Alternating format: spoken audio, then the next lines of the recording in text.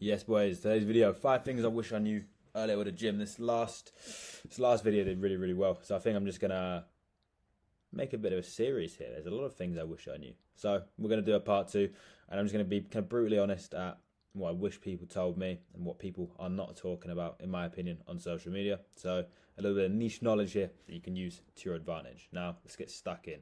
So number one, I'm basically splitting this into muscle growth, first half of the video, and then second half is fat loss. So mixing up and obviously making it specific for all people. So the first thing I wish someone told me when I was younger was you actually don't need as many calories as you think you need to bulk up. Now this is coming from someone who was skinny when he first started out.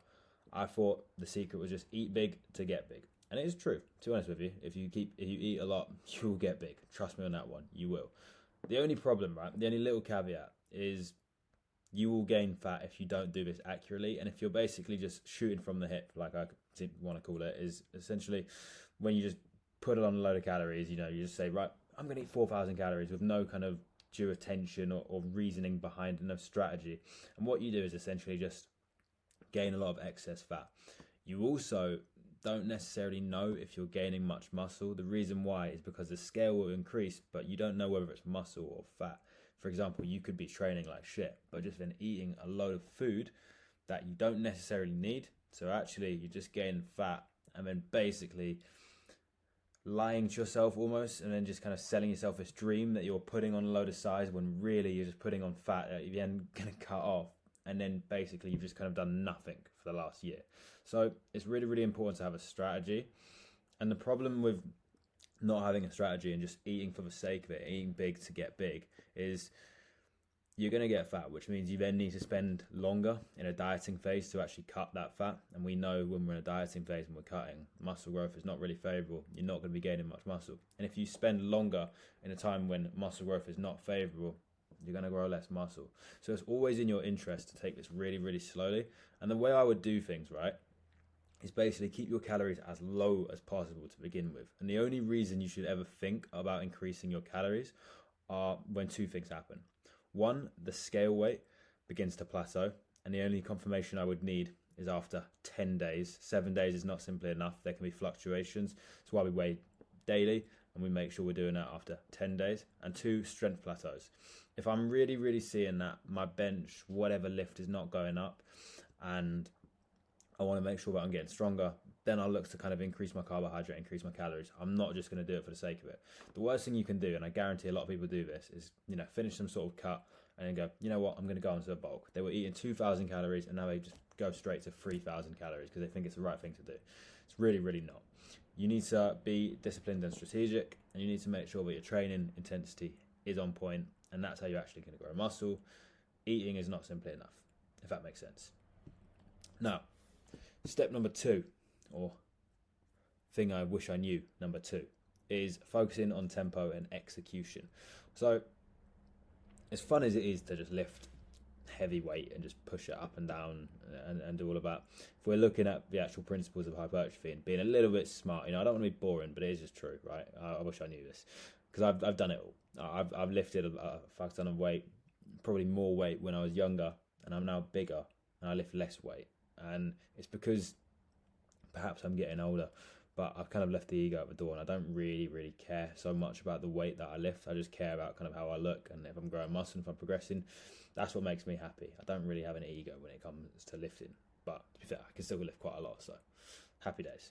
But the most amount of muscle growth you will ever see is when you actually focus on tempo and accuracy. And really, 6 to 7 second reps, that's kind of what you want to be doing, right? If you think about this, right, if we're doing like a chest press and you're just kind of bang, bang, bang, just trying to push it up like this, you're doing like 1 to 2 seconds per reps. Over 10 reps, your set equates to around 20 seconds. Mine is 6 to 7 seconds. My set equates to 60 to 70 seconds, almost 3 times the amount of tension on the muscle. And at the end of the day, just ask yourself really, really simply, what's going to grow more muscle? Your set with less time under tension but heavier weight, or my set with much more time under tension but perhaps 20 to 30% less weight? And that's what you need to think about. You need to think about there is a fine line between the two. I'm not saying you need to lift light, you need to lift heavy, but with the right principles, because then you have a foundation to actually increase. I do believe you should be lifting heavy, but with the right principles. If you're just moving the weight from A to B and you're doing it really, really fast and you're not putting your muscles under tension, yeah, you might be getting stronger. You can definitely lift more weight. There's no doubt. But that's the kind of powerlifting stance. If we're trying to go old school bodybuilding, trying to build as much muscle as possible, then realistically, ego's got to be left at the door, boys, and we need to be focusing on time under tension. It takes some time, to be honest, and it takes some personal development to really kind of understand that. You have to just get good at leaving the ego at the door.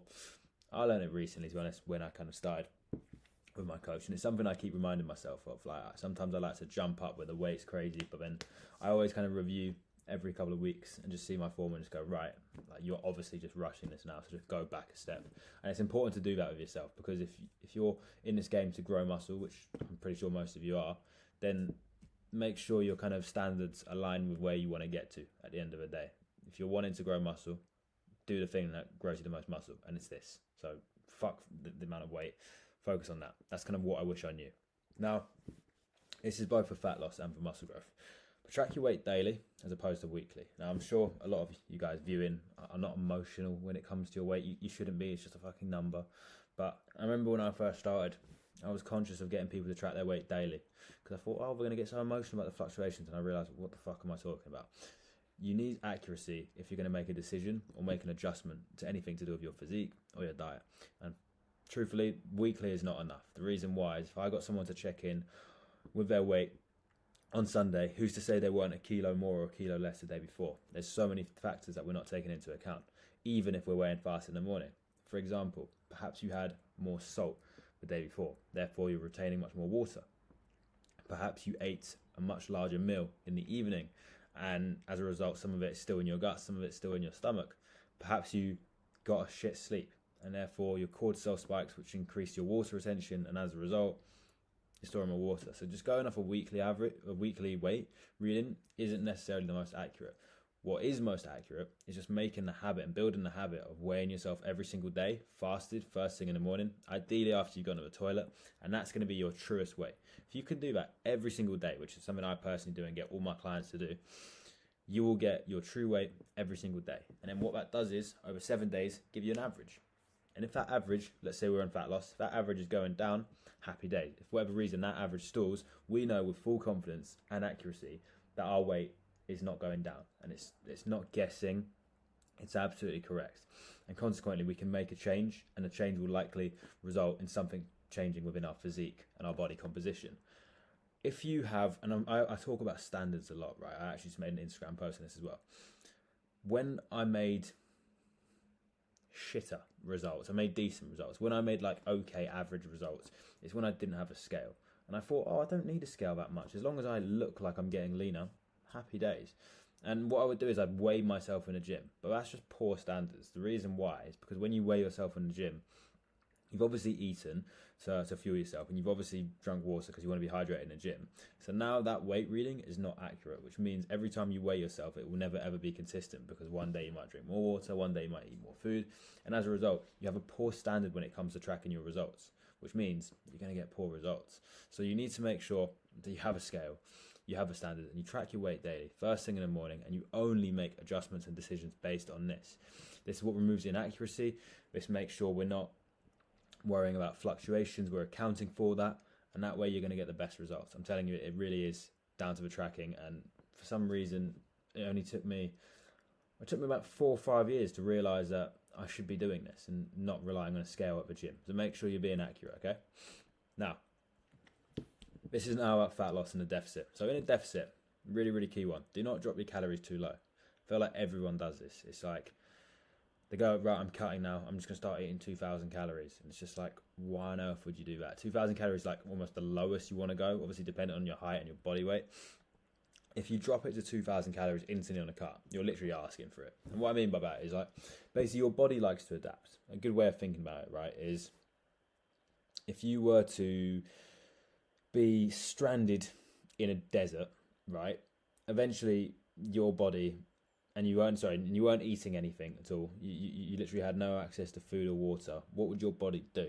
It would eventually just conserve as much energy as possible to make sure that you're actually surviving. Therefore, think about that. If you drop your calories too low, your body will go into survival mode, and it will basically just try and conserve fat for energy. If that makes sense, you're basically just allowing your body to adapt, which is kind of what happens in a deficit. So we need to have ways to kind of maneuver around that. I feel like that was a decent explanation. It's a little bit shit, but I'm just going to explain it like this. You basically, just as we spoke about in the surplus, you want to basically be making sure that you're losing weight with the highest amount of calories possible. Why? Because then you've got somewhere to go when you actually do plateau. If you plateau at 2,000 calories, so like, let's say for the first 3 weeks you lose some weight and then weight loss stalls, yeah, you can increase cardio, but then there's a bit of a limit on how you can increase cardio, and then your hunger is going to be pretty bad because you've decreased your food so low. And going to 1,800, 1,600 calories isn't really an option because training performance will be in the bin. You won't feel amazing, and it's ideally just not where you want to be. So what I would do is perhaps dependent, again, say you're like me, I'm 172 centimeters, around 5'8", and I started my cut around 74 kilograms. I started on around 2,600 calories and 2,400 non-training day, and I would do 6 days of cardio. So that way, the cardio would take care of putting me in a deficit, but I'd still be eating quite a lot, which would allow me to train well and I'd feel good. I'm now 6-7 weeks into a deficit, and I'm still at 2.4k calories. The food doesn't drop, the cardio just goes up. And if for whatever reason we start to stall, which by the way I'm not, then I can potentially, maybe, depending on hunger levels, drop to 2,200. But I'm sooner going to increase the cardio as opposed to dropping the food. Why? Because it really does dictate everything. If I just cause silly hunger levels, that's going to cause me to potentially crave, overeat, perhaps not do my training because I have no energy. You're setting yourself up for failure. So just remember, your body likes to adapt. If you come down to 2,000 calories instantly, you're not going to be losing weight, consistently. Eventually, weight loss will stall, and you can't really go down to 1,800 because that's too low. So make sure you're accounting for that and you're keeping your calories fairly high, and you're relying on cardio as a tool to supplement that, and then that will help you. Now, on the lines of cardio, number 5, I wish I knew this. For some reason, everyone does it to be fair. For some reason, when I first started cutting, I was just like, right, we have to run. We have to run every day. But running is like the most taxing form of cardio. At the end of the day, if you want to do well in a deficit and lose as much fat as possible, you need to be doing it consistently. You need to be doing it personally, like six days to begin with, and then eventually you're going to be on 7 days. Now let me ask you a question. I'm on 7 days times 35 minutes. Do you reckon you could do 7 5k runs? Sorry, a 5k run every day for the next 3 months. Probably like, fuck this. I mean, imagine if you're training legs twice per week. That's kind of what's in my split. It's not really doable, right? Now, what if I told you I burn the exact same amount of calories on a Stairmaster whilst on my phone, watching YouTube, not expending too much energy? Well, expending the same amount of energy. I burn around 500 or so calories, which is exactly what I'd burn in the 5k, but it's much less taxing on the body. Why? Because I'm in control of my BPM, I'm in control of my heart rate. I'm aiming to be in the kind of zone 2 range, whereas running, you're always going to be just kind of spiking your heart rate quite a lot, unless you're very, very good at controlling that and tracking it with some sort of tracker.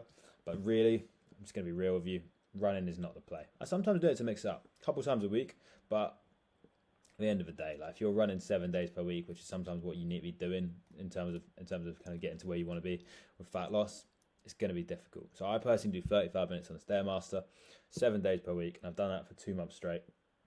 I've not missed a single day. If I was running, I probably would miss a day or two. Probably miss a lot more. And yeah, I just remember it's just being smart. It's just being efficient. Like I remember when I was cutting when I was in Thailand, I'd only do 4 or 5 runs per week, which is still good, right? But at the end of the day, it still burns the same amount of calories as a Stairmaster, and a Stairmaster is less taxing. So my 7 days of Stairmaster will always beat that 4 to 5 days of running, even though the running is more impressive at the end of the day from a kind of thermodynamics, caloric point of view. The Stairmaster is better. So always be focusing on low intensity, steady state, and that's you cross train your elliptical, your bike, your Stairmaster, your incline walk, anything that's not going to cause you too much grief. it's also not going to spike your hunger as well. That's something to think about as well. Running is really, really going to cause you to get hungry, and you can't be having that when you're deep into a fat loss phase. So those are some niche ones. 5 things I wish I kind of knew earlier. I hope that was useful. I'm gonna do another one of these probably once a week, because I've got a lot of things that I can kind of talk about, and I reckon I can get a good 5 or 6 of these videos. So if you enjoyed this, please drop a like, please drop a subscribe. If you have any kind of video ideas for me that you would like to see, any sort of content request, please do let me know. I'm always trying to improve my YouTube content. I'm doing this every single day, so any sort of content you do want to see would be amazing. I will be getting back on the vlogs soon enough. But other than that, boys, that's today's video. If you are someone who's wanting to get in better shape with summer coming around the corner and you want a little bit of help, whether it's to do with fat loss, whether it's building muscle, please do reach out. I've got a link in my description to book a call and have a chat with me, potentially about building your physique. So if that is you, feel free to do that. Other than that, boys, I'll catch you on the next one. See you later.